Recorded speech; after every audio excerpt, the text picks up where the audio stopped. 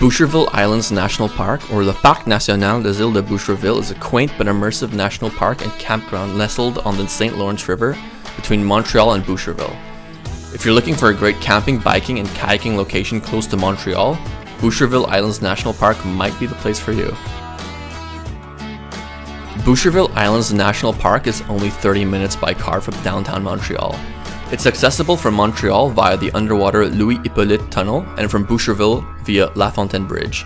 Note that it's actually a 1 hour long walk from the car park to the campground, so you may want to bring a wagon to schlep your stuff there.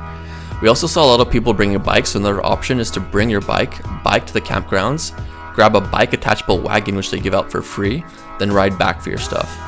If you don't have a car or you don't have a bike rack for your car, don't worry. The island is also accessible by ferry from both Montreal and Boucherville, and yes, you can bring bikes on the ferries. Just make sure to buy your tickets online beforehand because you don't want to be like the poor couple we overheard saying they were stuck on the islands for another 4 hours because they didn't. Another tip, don't buy your tickets last minute. We planned to leave on a Friday afternoon but realized too late that the last ferry on that day was at 5 p.m. Neither of us has a car, so we actually Ubered to the island's car park, then walked to the campsite. Boucherville Islands National Park is actually made out of many islands close together, 7 that are accessible by land and 5 that aren't. Despite being so close to the very urban city of Montreal and surrounding boroughs, the Boucherville Islands are genuine wilderness. The only thing you'll miss out on are the stars you would really only see in the middle of nowhere.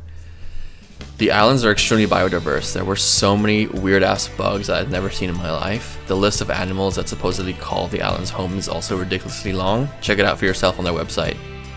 What we did see were a lot of deer. There are supposedly over 250 on the islands. We took a night walk and all we saw were so many glowing red deer eyes glaring into our headlamps.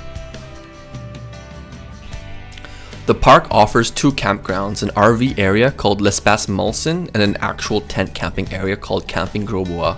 Note that the Gros Bois campgrounds does not allow dogs. The camp has a little store/front desk that is manned during the day. They sell drinks and snacks as well as a few select camping supplies like fire starters and burner fuel. So if you forget anything, you might just be okay. This front desk is also where you go for any questions or for bike or boat rentals. All the staff there were super nice and helpful. They did seem to be a bit more francophone, but they were willing to switch to English for campers who didn't speak French. The front desk building or the camping office also has connected bathrooms with showers. They were pretty clean, but you may want to bring flip-flops for the showers. The Gros Bois campgrounds are split into 3 areas, Blériot, Hippodrome, and Grand Roux. We stayed in Blériot, which were more open campgrounds located in a field with small wooded areas here and there. Our campground was really nice because it was close to the camping office. It also bordered an area with trees where we could set up the hammock though. The trees provided some much needed shade on the really hot days. The next area is Hippodrome. This area is fully wooded, so it's a lot more shaded and private. It's also a bit of a ways from the camping office, so bringing a bike may be a good idea. There are outhouses located in this area, giving us distance from the real bathrooms. They actually weren't that bad. The one I visited didn't smell at all and was pretty clean. The final area is called Grand Roux. It's what I call the fancy living area. It's comprised of what are called des prêts à camper, which translates to ready to camps. They are big tents already set up. We peeked in one and saw that they come with 2 beds, a table, running electricity, a mini fridge, a burner. The grounds also come with a bunch of chairs for sitting around the campfire. So look into this if you want to go glamping. Something that was a bit of a drag during our stay was that there was some sort of parasite infestation in the water, so it wasn't safe to drink. They did sell a bit of bottled water, but there was a limit per reservation. The staff was super professional and put up signs everywhere to make sure everyone knew. They also notified us multiple times. The islands are an amazing biking destination. The gravel trails were very pretty to ride on. We didn't see any real off-road trails that didn't seem bikeable, so it seems like to me that this island is really meant to be biked on, and this is coming from me, a runner, someone who hates biking in the city. Their trails also had little rest stops, which were cool little places to rest with seating outlooks.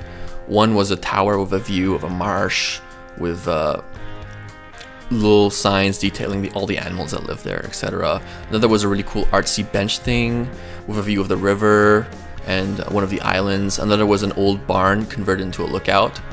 One of the old barns from one of the islands was used for agriculture. They also rent bikes, which we did, but it was pretty expensive. They were good bikes, but the padding on the seats weren't the best, so you may want to bring padded bike pants if you have them. The pier where the ferry and all the kayaks, canoes, etc. take off from is located right next to the camping office. They offer kayaks, canoes, paddleboards, and pedalos. We took a double kayak, which was super fun, but I think next time I'd like to take a canoe for the extra comfort and also the coolness factor. A lot of people were on the paddleboards, which seems like a really good time. And the pedalos looked surprisingly high quality, not like the crappy ones I've tried before at the Montreal Old Port. Would not mind trying these ones. So we booked the kayak for the entire day, but we were pretty much done after 3 hours. So I would actually recommend only booking 3 hours max if you're super fit. 2 hours would probably be better. The scenery from the water was amazing. Most of the routes we went on were rivers. There were little fish in the water that you could see because the water was so damn clear. Some other areas felt like being in the Florida Everglades. We also saw a few herons. We never stopped at one, but the park also has these coastal rest stops where you can beach your boats and rest on land on picnic tables. Instead, what we did see was a tiny little island off the north coast of the top island, Grosbois Island. It was a tiny island full of seagulls. We dubbed it Seagull Island and we landed on it. It was pretty disgusting, but cool nonetheless. So just a little bit on the history of the islands. The islands were used by the Iroquois as seasonal grounds before the white man came. Near the camping office is actually a model of an Iroquois longhouse in plastic, weirdly, and also other models of Iroquois structures that they found evidence of on the island, such as smoking huts and drying racks. In the camping office's tiny auditorium is also a tiny display of some artifacts that they found, including some stone tools and such. After that, the islands may have been a docking location for steamships. According to Wikipedia, the islands are allegedly the world's biggest ship graveyard for steamboats. After that, the island was mostly used for agriculture until in 1910, an amusement park called Park King Edwards was opened on the islands. It had dance halls, kiosks, roller coasters, and hosted the first aircraft competitions in Canada. That park actually closed in 1928 due to a dock collapse that killed several people. And then in 1967, the bridge and tunnel connecting Montreal and Boucherville to the islands were completed. The park was inaugurated in 1981 and made an official national park in 2001. In summary, Boucherville Islands National Park is an amazing location to go camping, and especially to go camping with bikes near Montreal, or just if you're a fan of kayaking, canoeing, paddleboarding, or pedaloing, whatever it's called. Despite its rich and storied history, all that remains now is lush wilderness and the camping facilities to support you. Hope this information was useful and interesting. Thanks for watching.